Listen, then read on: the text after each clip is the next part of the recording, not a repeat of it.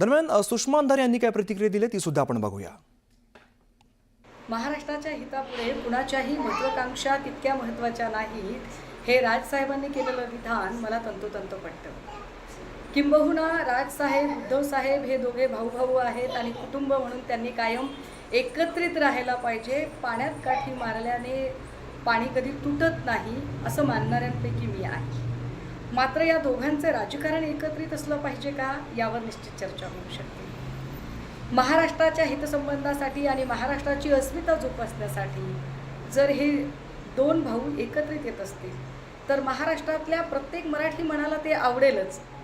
मात्र ते एकत्रित येणं हे ज्या भाजपाने महाराष्ट्राच्या अस्मिता कायम पायदळी तुडवण्याचं राजकारण केलं, महाराष्ट्रातल्या महापुरुषांचा अपमान केला, महाराष्ट्रातले उद्योगधंदे गुजरातला पळवले, महाराष्ट्रातल्या प्रादेशिक पक्षांना नख लावण्याचा प्रयत्न केला, त्या भाजपाच्या विरोधात बिगुल वाजवून विचारांची स्पष्टता ठेवत स्वतंत्र अस्मितेचं राजकारण करण्यासाठी काय राजसाहेब सिद्ध होणार आहेत का या प्रश्नाचं उत्तर मिळायला हवं।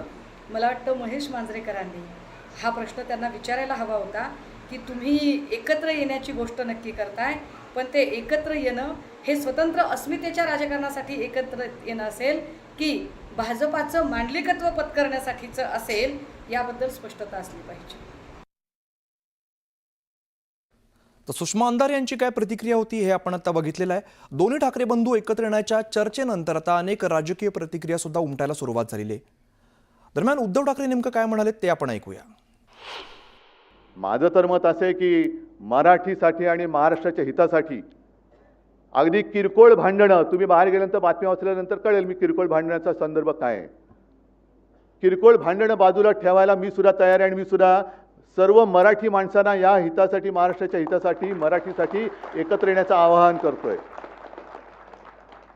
पण माझी अट एक आहे की जेव्हा आम्ही लोकसभेच्या वेळेला सांगत होतो की अरे महाराष्ट्रातनं गुजरातमध्ये सगळे कारभार घेऊन जात आहेत, उद्योग घेऊन जात आहेत, तेव्हाच जर का विरोध केला असता तर आज ते सरकार तिकडे बसलं नसतं। आज तिकडे महाराष्ट्राच्या हिताचा विचार करणारं सरकार आपण केंद्रात बसवलं असतं आणि राज्यात सुद्धा आपल्या महाराष्ट्राच्या हिताचा विचार करणारं सरकार बसलं असतं। त्याच वेळेला हे काळे कामगार कायदे आपण फेकून दिले असते कचऱ्याच्या टोपलीमध्ये। पण तेव्हा पाठिंबा द्यायचा, आता विरोध करायचा, मग परत तडजोड करायची, हे असं नाही। महाराष्ट्राचं हित, मग त्याच्या आड जो कोणी येईल त्याचं स्वागत मी करणार नाही, त्याला मी घरी बोलवणार नाही, त्याच्या घरी मी जाणार नाही, त्याचं आगत स्वागत, त्याच्याबरोबर पंक्तीला बसणार नाही, हे पहिले ठरवा आणि मग महाराष्ट्र हिताच्या गोष्टी करा। बाकी आमच्यातली भांडणं मी आज सांगतो, जी काय भांडणं माझ्याकडनं नव्हतीच कोणाशी, मिटून टाकली, चला, पण पहिले हे ठरवा। तर राज ठाकरेंनी साथ घातल्यानंतर उद्धव ठाकरे नेमकं काय म्हणाले त्यांची प्रतिक्रिया होती आपण बघितलं। किरकोळ भांडणं बाजूला ठेवायला मी सुद्धा तयार असल्याचं उद्धव ठाकरे म्हणतायत। दरम्यान माझ्याकडून भांडणं नव्हतीच, मिटवून टाकली, माझ्यासोबत जाऊन हित की भाजपासोबत जाऊन हित हे ठरवा, अशा प्रकारे उद्धव ठाकरेंनी सांगितलेलं आहे। शिंदे भाजपाच्या पंक्तीला न बसण्याची उद्धव ठाकरेंची अट बघायला मिळते। दरम्यान राज ठाकरे आणि उद्धव ठाकरे हे एकत्र येणार का हे पाहणं महत्त्वाचं असणार आहे। दोन्ही ठाकरे बंधू एकत्र आले तर राज्याच्या राजकारणात नवं समीकरण बघायला मिळेल, नवं राजकारण बघायला मिळेल। दरम्यान राज ठाकरेंनी साथ घातल्यानंतर उद्धव ठाकरे काय म्हणाले आपण हे ऐकलं। किरकोळ भांडणं बाजूला ठेवायला मी सुद्धा तयार असल्याचं उद्धव ठाकरे म्हणताय। राज ठाकरेंनी सवाल उपस्थित केला होता की माझ्यासोबत काम करायचंय का, याला उद्धव ठाकरेंचं थेट उत्तर बघायला मिळते। किरकोळ भांडणं बाजूला ठेवायला मी सुद्धा तयार असल्याचं उद्धव ठाकरे म्हणतायत। माझ्याकडून भांडणं नव्हतीच अशा प्रकारचा उल्लेख सुद्धा उद्धव ठाकरेंनी केलेला आहे। त्यामुळे राज ठाकरेंच्या युतीसाठी उद्धव ठाकरेंना प्रस्ताव आहे का हा असा सवाल सुद्धा उपस्थित होतोय। आमच्यातली भांडणं किरकोळ आहेत, महाराष्ट्र मोठा असल्याचं राज ठाकरेंनी म्हटलं होतं। यावरती उद्धव ठाकरेंचं उत्तर सुद्धा तसंच होतं की किरकोळ भांडणं बाजूला ठेवायला मी सुद्धा तयार असल्याचं उद्धव ठाकरे म्हणाले। दरम्यान उद्धव ठाकरेंची अट या ठिकाणी बघायला मिळते, माझ्यासोबत जाऊन हित की भाजपासोबत जाऊन हित हे ठरवा, अशा प्रकारे उद्धव ठाकरेंनी सांगितलेलं आहे। दरम्यान शिंदे आणि भाजपाच्या पंक्तीला न बसण्याची उद्धव ठाकरेंची अट बघायला मिळते।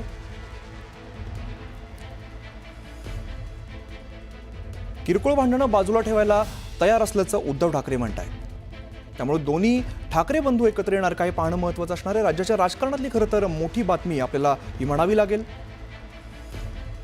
राज ठाकरेंनी एका मुलाखतीमध्ये साथ घातल्याचं आपण बघितलेलं आहे. माझ्यासोबत काम करायची इच्छा आहे का, अशा प्रकारे राज ठाकरेंनी विचारलं होतं. त्याला उद्धव ठाकरेंनी सुद्धा लगेचच प्रतिसाद दिलेला आहे. दरम्यान राज ठाकरे नेमकं काय म्हणाले होते आपण पुन्हा एकदा ऐकूया. शिवसेना फुटली नाही फुटलीच तर तुम्ही अजूनही एकत्र येऊ शकता का? अजूनही एकत्र येऊ शकता का? हे अख्ख्या महाराष्ट्राचं काय म्हणतात स्वप्न आहे.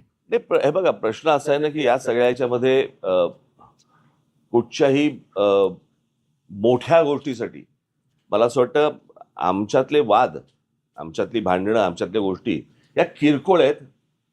महाराष्ट्र खूप मोठा आहे हो, कळलं का? या महाराष्ट्राच्या अस्तित्वासाठी, मराठी माणसाच्या अस्तित्वासाठी ही भांडणं आणि हे वाद आणि ह्या सगळ्या गोष्टी अत्यंत क्षुल्लक आहेत, अत्यंत क्षुल्लक आहेत. त्याच्यामुळे एकत्र येणं आणि एकत्र राहणं यात काही मला फार कठीण गोष्ट आहे अशातला मला वाटत नाहीये. परंतु विषय फक्त इच्छेचा आहे. हा एकट्या माझ्या इच्छेचा नाहीये विषय आणि माझ्या काही स्वार्थाचा पण विषय नाहीये.